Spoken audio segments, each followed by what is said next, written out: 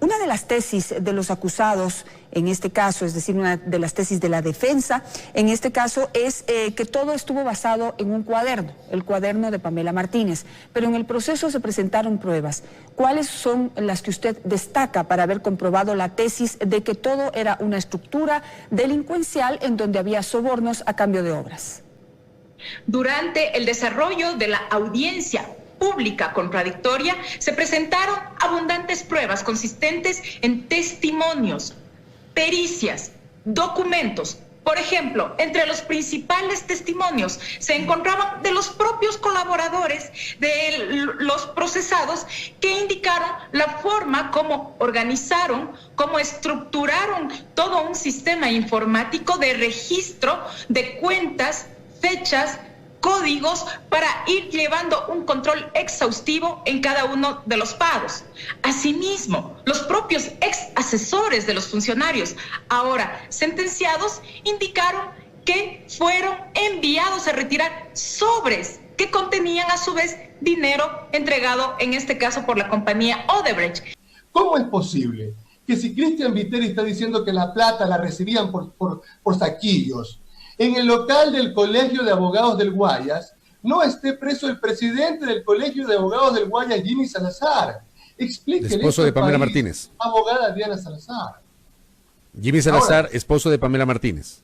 Exactamente. Pero es que es imposible. Pero si está diciendo Cristian Viteri y está diciendo Pamela Martínez que ellos recibían estas sumas de dinero y que lo hacían sin estar obligados por nadie. Y un testimonio clave también fue el del exdirectivo de esta compañía referida, Odebrecht, quien relató que este esquema era un mecanismo generalizado en el que operaban todas las empresas, decía él, sin excepción, sin importar el origen, sean ecuatorianas, argentinas, brasileñas, y que tenían la obligación de pagar una especie de peaje por cada uno de los contratos que les habían sido asignados. Porque, ¿cómo es posible que hablándose de sobornos, usted no impute a los sobornadores, al extraneus?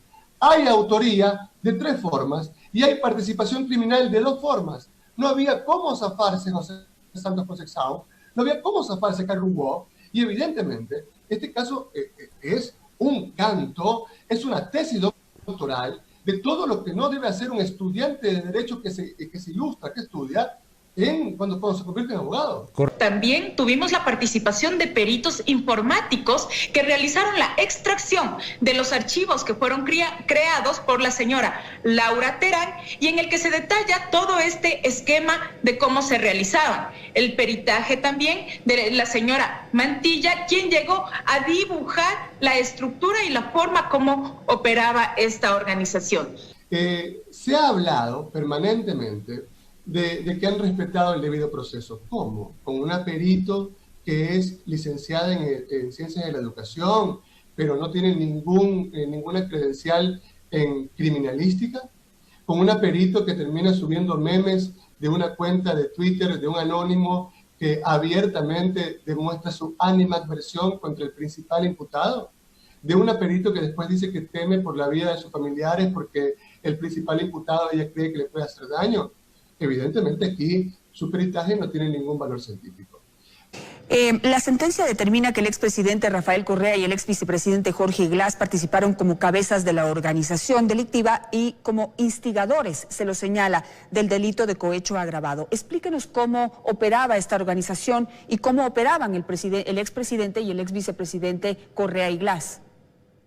Esa es la participación que le ha otorgado el Tribunal de Garantías Penales y que no es otra cosa que los instigadores son aquellas personas que ordenan, que permiten que las otras personas realicen todas las acciones para la ejecución del hecho. Entonces, disponen, pero no se puede decir que existía una estructura delictiva sin el conocimiento de la máxima autoridad, en este caso del presidente de la República, tanto y cuanto él fue beneficiario propiamente de $6,000 en su cuenta. Esto es para morirse de risa. Acusa la una por autoría inmediata por aparatos organizados de poder sin saber, sin explicar nunca las esferas fundamentales de esa enorme, vastísima teoría.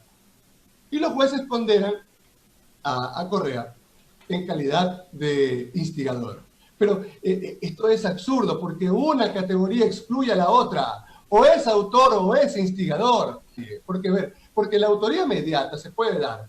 Porque yo lo amenazo de muerte, Fabricio, si tú no vas a ver la plata, yo te pego un disparo en la cabeza. Porque yo lo engaño, Fabricio, anda a ver ese dinero que es una deuda de una tía que me está pagando ahora. ¿Ok? Y yo te voy a dar ahí una comisión. O porque hay un aparato organizado de poder, pero ese aparato organizado de poder debe estar al margen de la legalidad, Fabricio. ¿Por qué? Porque Roxin inventó esa teoría para perseguir a los causantes del exterminio judío, es decir, a los jerarcas de la organización criminal de los nazis. Eso se utiliza cuando se habla de que esa organización de poder debe estar al margen de legalidad. Estamos hablando de un cartel de la droga, o estamos hablando de un gobierno como el de Fujimori, que absolutamente había roto todos los diques contentivos de un Estado de Derecho, lo cual en el gobierno de Correa, en el que abiertamente había excesos, no se podía llegar a la conclusión de que era una dictadura.